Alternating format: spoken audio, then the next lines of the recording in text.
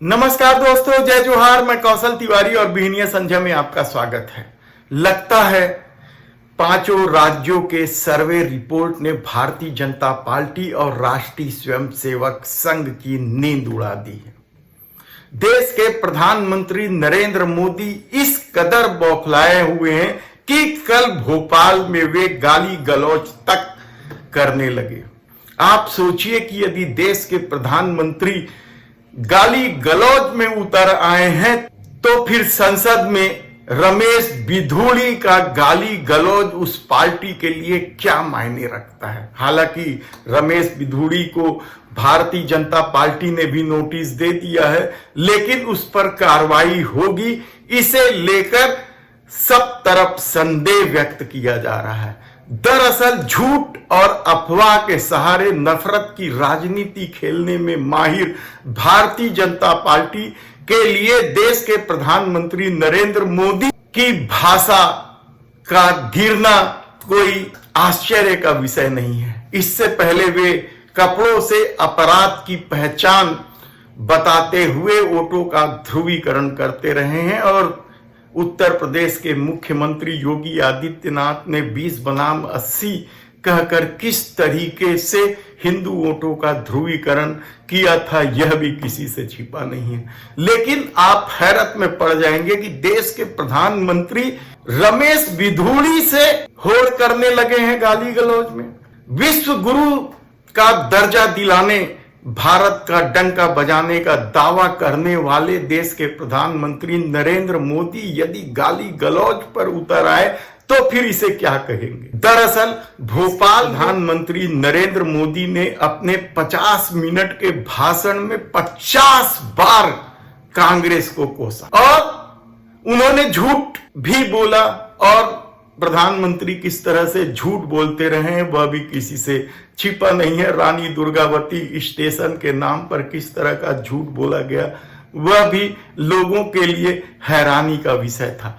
लेकिन रमेश बिधूड़ी जिस तरीके से संसद में गाली गलौज कर रहे थे उस पर कुछ बोलने की बजाय यदि देश के प्रधानमंत्री नरेंद्र मोदी खुद गाली गलौज करने लग जाए तो फिर उसे क्या कहा जाएगा। हालांकि उससे पहले बाराबंकी में बृजभूषण शरण सिंह ने भारतीय जनता पार्टी को चुनौती दी है कि उनकी टिकट काटने का दम किस में है। उस पर भी देश के प्रधानमंत्री किस तरीके से खामोश रहे वह भी किसी से छिपा नहीं है। तब कल क्या कुछ कहा देश के प्रधानमंत्री ने, किस तरीके से कांग्रेस को गाली गलौज की, उसे भी सुन लीजिए। आज मैं देश के लोगों को, मध्य प्रदेश के लोगों को एक और बात बताना चाहता हूं। कांग्रेस ने अपनी सारी इच्छा शक्ति खो दी। कांग्रेस पहले बर्बाद हुई, अब बैंकरप्ट हुई और अब कांग्रेस ने अपना ठेका दूसरों को दे दिया है।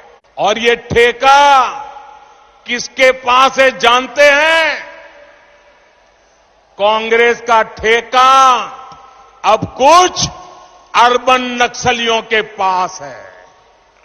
कांग्रेस में अब अर्बन नक्सलियों की ही चल रही है। इसके जमीन से जुड़े नेता चुपचाप मुंह पर ताला लगाकर बैठ गए हैं। आप सोचिए नक्सली क्या होते हैं, और यदि कांग्रेस अर्बन नक्सली के साथ है तो फिर देश के प्रधानमंत्री नरेंद्र मोदी किस तरह की चौकीदारी कर रहे हैं। वे क्यों सोनिया गांधी को गिरफ्तार नहीं करते? वे क्यों राष्ट्रीय अध्यक्ष मल्लिकार्जुन खड़गे को गिरफ्तार नहीं करते? सुप्रिया श्रीनेत, राहुल गांधी क्यों गिरफ्तार नहीं करते किसी को यदि अर्बन नक्सली का मामला है तो? लेकिन देश के प्रधानमंत्री को गाली देने का शौक है। वे अफवाह उड़ाने में माहिर है और झूठ बोलने में भी माहिर है और यह बेहद ही शर्म की बात है। लेकिन दूसरी तरफ भारतीय जनता पार्टी ने शायद हार स्वीकार कर ली है, इसलिए अब आने वाले दिनों में यदि कोई और बड़ी बात होगी तो आश्चर्य नहीं होगा। हालांकि प्रशांत भूषण, सतपाल मलिक, उद्धव ठाकरे सहित कई नेताओं ने 2024 के पहले भारतीय जनता पार्टी क्या कुछ कर सकती है, इसे लेकर आशंका जाहिर की है। तो भारतीय जनता पार्टी पूरे आक्रामक रूप पर भी है और कल उन्होंने मध्य प्रदेश की दूसरी सूची जारी की है। बिल्कुल 2024 के महाभारत के लिए अपने तमाम महारथियों को उन्होंने मध्य प्रदेश में झोंक दिया। नरेंद्र सिंह तोमर केंद्रीय मंत्री, प्रहलाद पटेल, फग्गन सिंह कुलस्ते सहित आधा दर्जन से अधिक सांसदों को टिकट दी गई है। सारे दिग्गजों को टिकट दी गई है, लेकिन अभी तक इन नामों में ना तो शिवराज सिंह चौहान का नाम है और ना ही उमा भारती का नाम है। उमा भारती तो बेहद नाराज है, उन्होंने चुनाव लड़ने की इच्छा तक जाहिर कर दी है और महिला आरक्षण में ओबीसी के मामले को लेकर उन्होंने भरपूर विश्वमन किया है। लेकिन दूसरी तरफ राहुल गांधी भारत जोड़ो यात्रा पर निकले हुए हैं, कहा जाए तो गलत नहीं होगा। इससे पहले उन्होंने राजस्थान में किस तरह से स्कूटी की सवारी की वह भी इस देश ने देखा है। तो कल उन्होंने छत्तीसगढ़ के दौरे में पैसेंजर से स्लीपर कोच में सफर किया। इस दौरान उन्होंने लोगों से भेंट मुलाकात भी की, जानने समझने की कोशिश भी की और यह भी कहा कि यह उनकी भारत जोड़ो यात्रा का ही हिस्सा है। हालांकि भारत जोड़ो पार्ट 2 2 अक्टूबर से शुरू होने की संभावना व्यक्त की जा रही है और इस बार भारत जोड़ो यात्रा हिंदी पट्टी में ज्यादा समय गुजारेगी, कहा जाए तो गलत नहीं होगा। तो दूसरी तरफ राहुल गांधी ने कल बिलासपुर आवास वितरण के दौरान क्या कुछ प्रहार किया मोदी सरकार पर, उसे भी समझने की जरूरत है। दरअसल गरीबों को आवास देने के मामले में केंद्र सरकार और छत्तीसगढ़ सरकार के बीच ठन गई है और इसे लेकर भूपेश बघेल ने अब खुद आवास देने का निर्णय लिया है और इसी योजना के तहत राहुल गांधी कल बिलासपुर आए। बिलासपुर में उन्होंने फिर कल देश के प्रधानमंत्री नरेंद्र मोदी पर बीजेपी छुपे छुपे रिमोट कंट्रोल दबाती है, नरेंद्र मोदी जी दबाते हैं। जैसे ही रिमोट कंट्रोल दबता है, एक तरफ अदानी जी को बंबई का एयरपोर्ट मिल जाता है, फिर से दबाते हैं,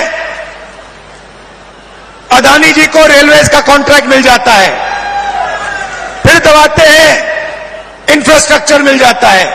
तो क्या यह प्रहार का दुख ही नरेंद्र मोदी को गाली गलौज करने के लिए मजबूर कर रहा है? ऐसे कितने ही सवाल आप उठा सकते हैं, लेकिन उन सवालों का क्या जो इस देश की समरसता को खत्म करना चाहता है। और हैरानी की बात तो यह है कि यदि देश के प्रधानमंत्री नरेंद्र मोदी ही गाली गलौज पर उतर आए तो फिर रमेश बिधूड़ी, अनुराग ठाकुर, प्रज्ञा ठाकुर या और दूसरे नेता, प्रवेश वर्मा का भी आप नाम ले सकते हैं, जिन्होंने किस तरीके से गाली गलौज की थी। ये सारे मामले अभी लंबित हैं। देखना है कि आने वाले दिनों में राजनीति और किस करवट बैठती है। धन्यवाद।